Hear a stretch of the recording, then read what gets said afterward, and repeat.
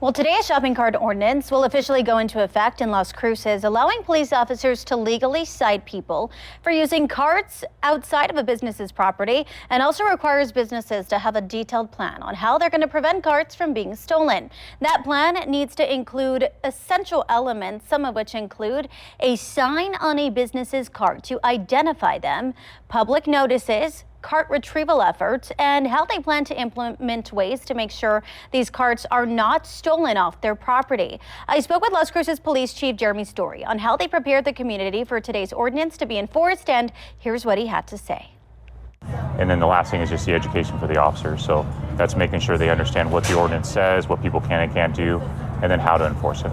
Since they passed, we've had an education campaign with our community advocates and our community outreach section specifically, and Community of Hope has obviously been doing their own education as well. They've been providing alternatives since it passed. It's all hands on deck.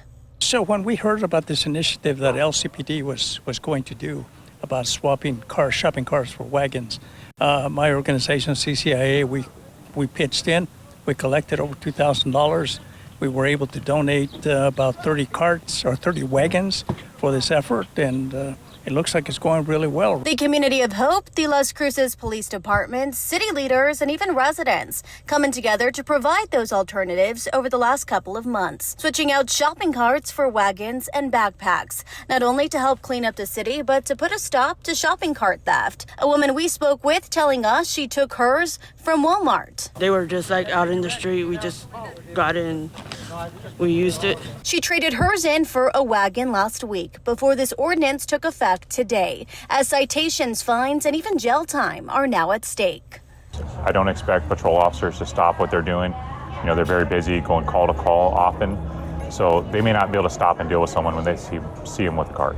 But we have mechanisms to do that without impacting our overall operations and the other stuff that we need to accomplish.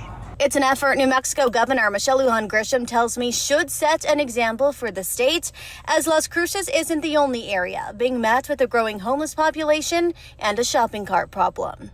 Do you back the Las Cruces Police Department on those ordinances? 100%. You have to have these ordinances.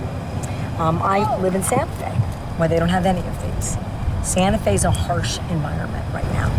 You have to have these ordinances, and I'm expecting that with the leadership here in Cruces and leadership in the county, I think you'll expect to see a lot of mayors do the same, and that's not going to stop us from introducing very similar statewide legislation. Now, to check out our in-depth coverage leading up to that shopping cart ordinance taking effect in Las Cruces today, you can go to our website, KFOXTV.com.